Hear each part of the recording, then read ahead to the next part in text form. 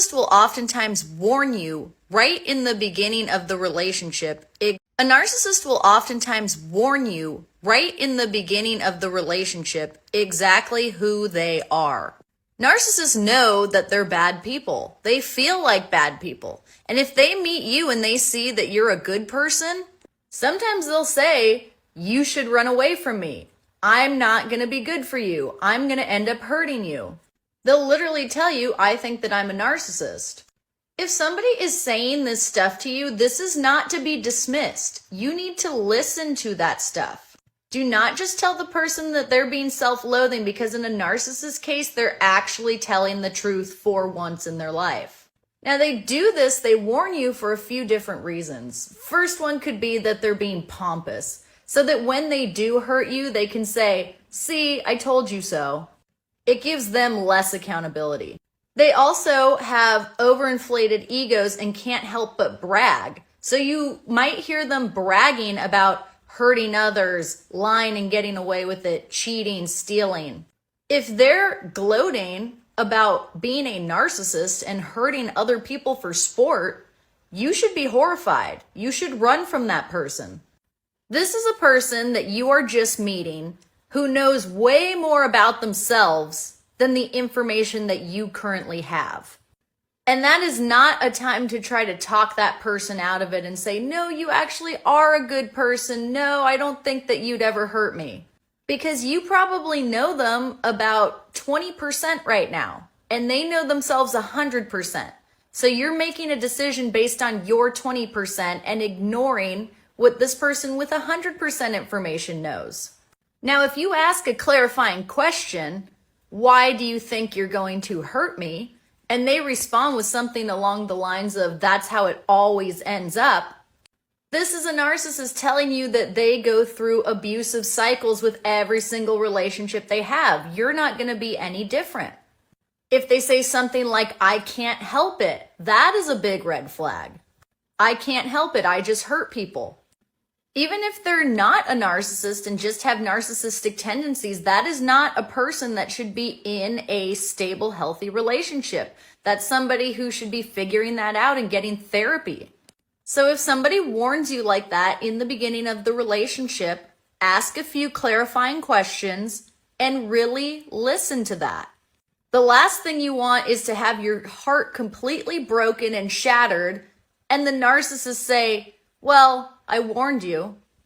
It's better to listen to the information they're providing you and get out before that happens. Why the narcissist will lose their minds after no contact. Guys, take a quick second, like and subscribe, and then comment down below if you agree with this take or you don't. I got my lid on today. Let's get into it. Grab some coffee or tea. Good evening around the world. Thanks for sitting in to the Narcology Morning Show. Cheers. Well, guys, I said after a discard, I always say that things aren't what they seem. I'm not trying to give people hope, but they're always rolling the dice on their soulmate, on people.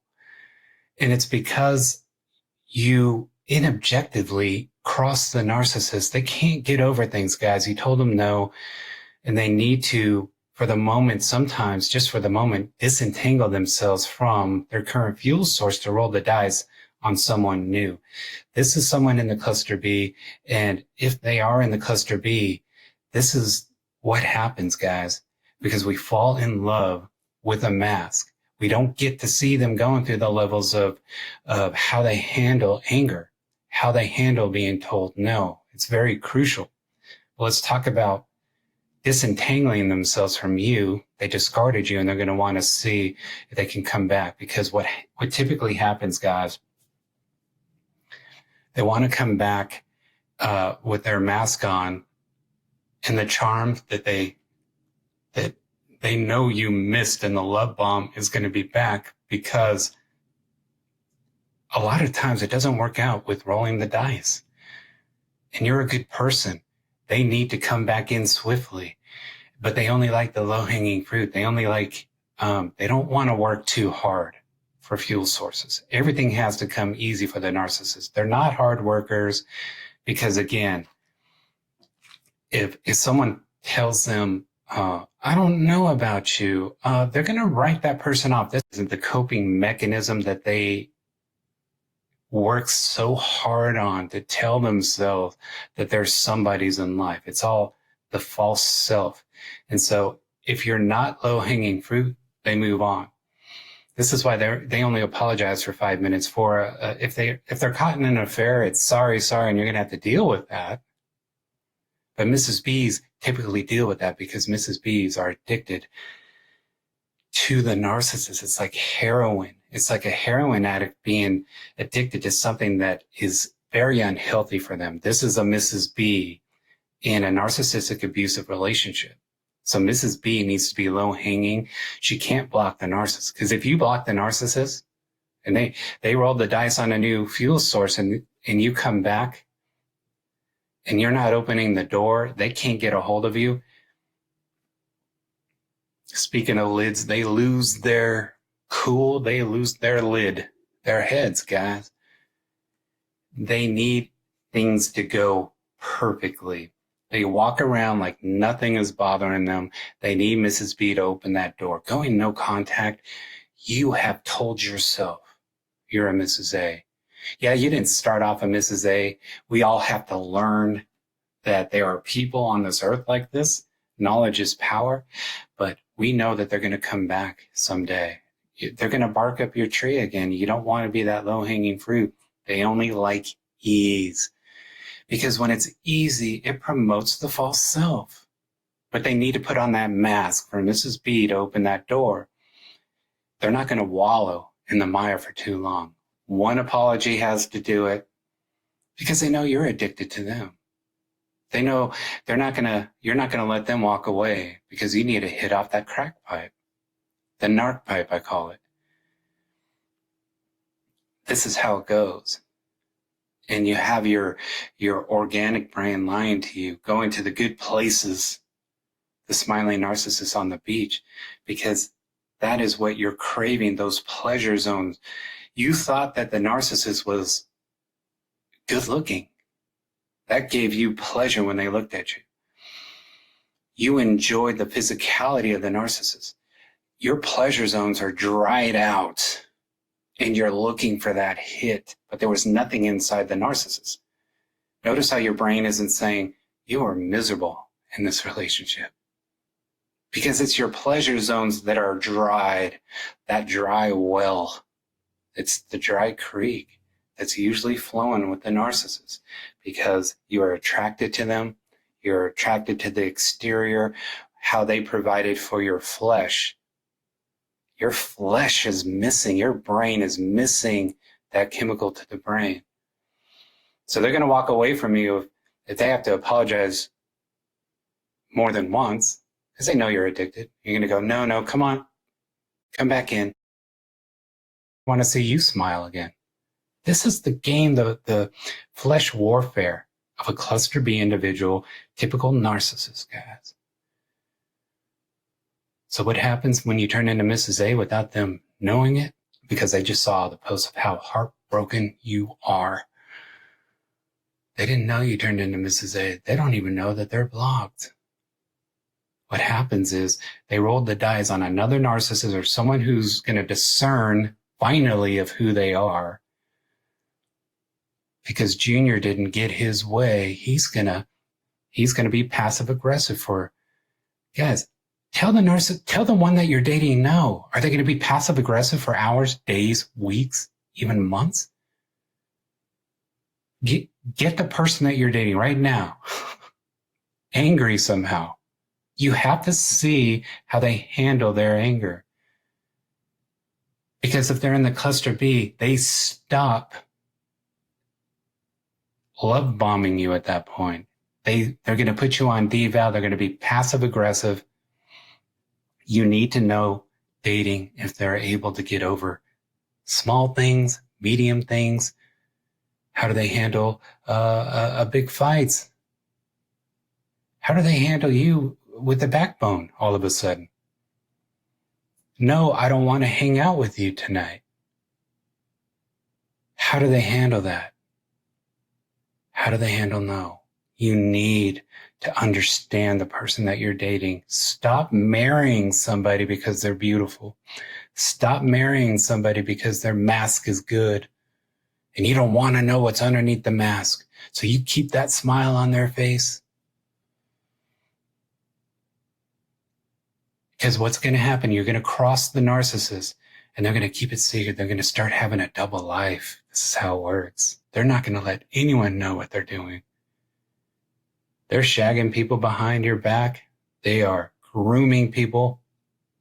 They're dipping into the harem garage because they need to replace the supply that they're losing with their current fuel source. They always do. If they're in the cluster B, this is how they do it.